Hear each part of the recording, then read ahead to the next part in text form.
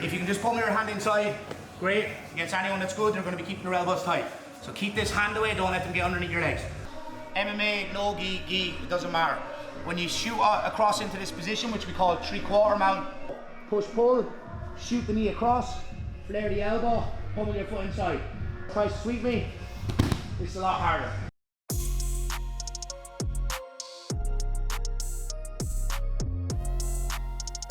Alright, so 3, 2, 1.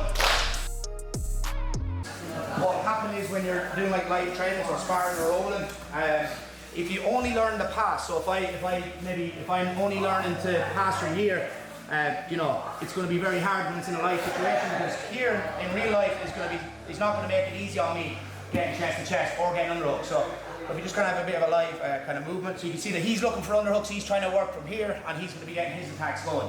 So if we're always starting like in the positions, when it comes to live training, especially if you're starting out, you're going to get a little bit lost because you've no way of entering into the positions. All right. So what we'll do is we'll work our first pass. Right. So I'm moving my head off center so I can pummel my hand inside. I'm also monitoring this hand here. So just kind of either I have a full grip on the sleeve or the wrist, just keeping his hand away from me. The reason for this is Kieran's going to try, sometimes he can look to get his leg or his hand underneath my leg, and then he can go into different attacks from here, sweeps, leg locks and everything else. So I'm keeping this hand away, and at the same time I'm going to pummel inside. If I can't just straight pummel inside, I'm going to go under the forearm here, and I take what we call an inside bicep tie. So if Kieran tries to track my arm and get his elbow back, this is very good and I get good traction with it. At the same time, maybe I can't get the underhook first, I'm going to put weight over his shoulder to get him flat. Here. And then I'll get my crossface, and then I'll pummel my hand inside to get my underhook. So if you can go, in an ideal world, if you're able to get an underhook crossface, great. But against someone that's good, their elbow's going to be tight here. So I'm just going to pummel the hand under the forearm, and I take like an inside bicep tie, and keeping this hand away from me. And then I'm going to use my body weight. So in Jiu-Jitsu you want to use what's free. So my legs and my body weight's free, my hands are like busy like tying up his hands. So what I'm going to do is put my chin over his shoulder here, and I put my elbow down to the mat. I take a crossface, and I use my elbow on Kieran's elbow to bring his elbow past the line of his shoulder. Once this happens, we pummel our hand inside, and then we'll start passing from here in a minute. All right, you want to see it again? Or? Yeah. So again, if you can just pummel your hand inside, great. Against anyone that's good, they're going to be keeping their elbows tight. So keep this hand away, don't let them get underneath your legs. Pummel the hand under the forearm, and I catch an inside bicep tie. And I use my body weight to put his shoulder on the mat. My elbow touches the mat, I take a crossface, and I slide his elbow past the shoulder. If I find he's very strong and I'm not able to pummel this in, so if you try to bring your elbow back, I'll use my head here to pin it, and then I'll take a crossface, and then we can start crossface and underhook, and then we'll start passing from there. So you can see there that now we've like loads of options to get into the position. So just to recap it a little bit, we have a far side underhook to a crossface. We can go far side underhook and near side underhook for double unders. If I can't get the far side underhook, I can go to near side underhook. And if his elbow is if he's using like a cross shoulder post, I can like push down on his arm, take the slack out of his arm, push, and I drop my elbow over his shoulder to go into reverse half guard passing. So you've loads of different options, but we're just going to work on when we get the far side underhook and crossface. So controlling this wrist, either thumb up or thumb down, whichever you prefer, just keep it away from your leg, and I pummel this hand inside. So if Kieran tries to get this back, this should be harder because my elbow is glued to his body.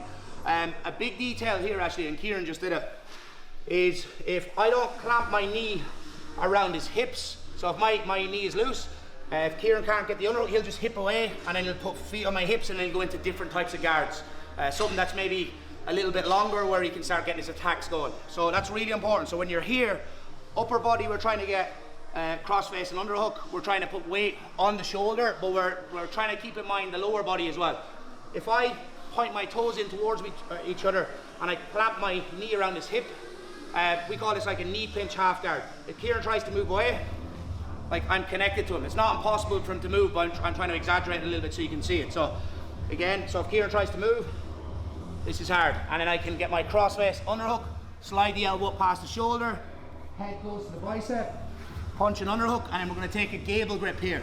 So I'm still keeping in mind that Kieran can free his right knee. If he frees his right knee, he can go back to like, put me back to like close guard or some type of guard. All right, so we're keeping that knee pinch. So again, So knees pinched, toes are pointed in towards each other, or you're crossing your toes, whichever you prefer. And I want to keep weight on this shoulder as much as I can. So before I go, I'm going to flare my elbow and I'm going to put the weight on my upper body. So watch the way I do, like a tripod. Forehead goes to the mat and then my knees come up off the mat here. And I'm going extra hard on the shoulder pressure. Now Kieran's going to keep a good tight half guard grip. All we're going to concentrate on doing is freeing our knees. So I'm going to push and pull, small movements here. Once my knee comes out, I shoot my knee across and I keep weighting this knee. And I pinch my knees nice and tight, sorry. So I keep my knees nice and tight. If Kieran tries to move, this should be hard and then we'll free your leg in a second. So one more time. So here, cross face underhook, flare your elbow and then look to put your forehead on the mat, here. So my knees are off the mat and I walk my foot up to his butt. If you keep your grip fairly tight, foot up to his butt and then I push and pull, small movements. And I shoot my knee across and then we'll start passing from here. Let's say we get our cross face and underhook and I free my knee. This is really important. If my knee isn't connected to the floor, it means that I don't have enough weight in my knee. And what this means for anyone that's good at playing half guard, all Kieran has to do is go from his left hip to his right hip and he'll push my knee back down and put me into half guard. As easy as that. MMA, no gi, it doesn't matter. When you shoot across into this position, which we call 3/4 mount, I want to imagine that I'm doing like a wrestling shot. So I'm driving this knee across, aggressive, all right? And I'm pinching my knees nice and tight. If Kieran tries to put me back to half guard, this is going to be harder. Whereas if my knee's off the mat, he just roll to his hip, push my knee down if he wants, and then we're back to square one. All right, so again, we have our cross face. I put my chin over his shoulder. The reason I do this is, one, to put the weight over the shoulder to keep him flat, but two, to avoid cross faces. So the further my chin drifts away from the shoulder, the more chance Kieran has of cross facing me, creating space, and then maybe getting an underhook of his own, and then countering the position. We try the same thing where we flare our elbow, and I put my chin over the shoulder. If Kieran tries to do it, it's a lot harder. And you can also see I've active toes, so it's not laces on the mat, it's active toes like a sprinter at the start line.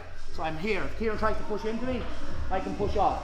While I'm doing this, I'm monitoring the knee with my, his knee with my left knee. I flare my elbow for extra base. If he keeps a good strong half guard grip, my head goes to the mat, small movements. If I do big movements, I'm gonna lose my position, I'll be swept. So I want small movements where I'm pushing back and forward. So if you try move me a bit, Kieran, here. And then I shoot the knee across and I pinch my knees nice and tight. All right, so what we wanna do now is extend this arm, so bring his elbow over his shoulder. Going to keep my shoulders fairly level and I pummel this foot inside. When the foot goes inside, I'm going to put his right hip to the mat and I open up his knees and then we walk up into a mount. Alright, so do that one more time. So cross face underhook, flare the elbow, chin over the shoulder to put the weight in the right place, avoid the cross face, active toes. Head goes to the mat.